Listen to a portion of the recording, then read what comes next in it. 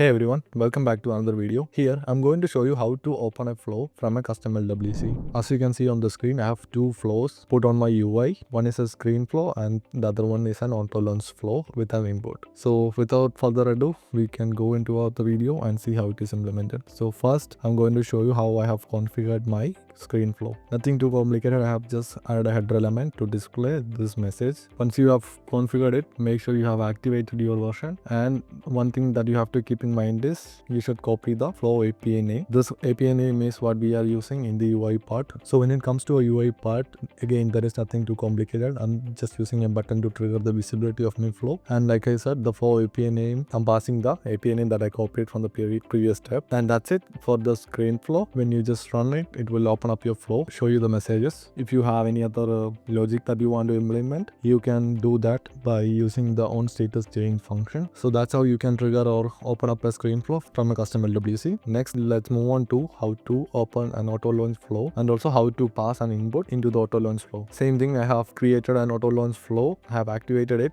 I am using one variable which is called account. So I'm using get account component from the flow build tools, and I'm using this variable. So if you look in my UI part also, you can see this is my lightning card, and inside I have my auto launch flow. Same configuration like I said before. The same exact API name should be used here, and I'm using another variable to control the visibility also. One thing extra that you have to keep in mind is regarding how to pass inputs into this flow. So an auto launch flow takes input in a different way. If you see here, this is the format that you should be using. It should be an array of objects containing the variable name that you are using in your flows. So I have configured my variable name to be account, which I'm using in here. So whatever I passed from my UI is saved into my account variable, and on the submit of the button or when you're triggering the flow, it is passed as input. Actually, it is stored into this variable and it is passed as input into this lightning flow via this line of code. The flow input variable takes all the input and pass it into the flow, and once you pass the ID from the UI, it will come into this account variable, which will be used to fetch the corresponding account.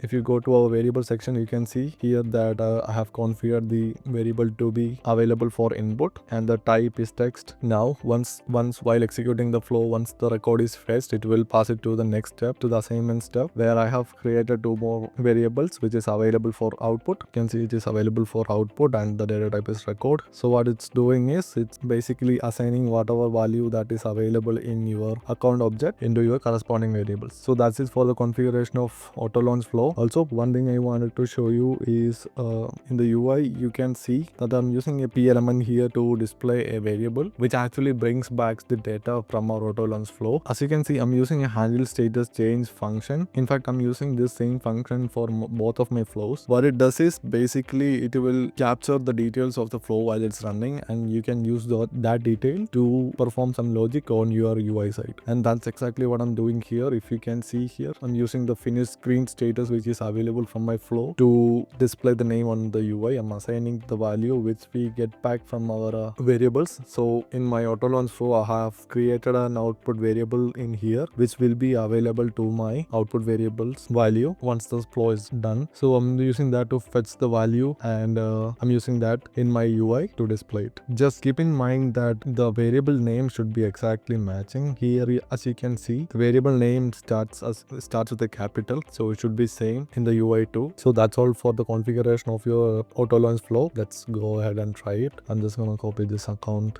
ID from here and pass it here, and as you can see, it brings back the name of the corresponding record. So that is how you can open or trigger a flow from your custom LWC. Hope you guys learned something new today. Catch you in the next video. If you have any questions, please write it down in the comments. See you in the next video. Bye.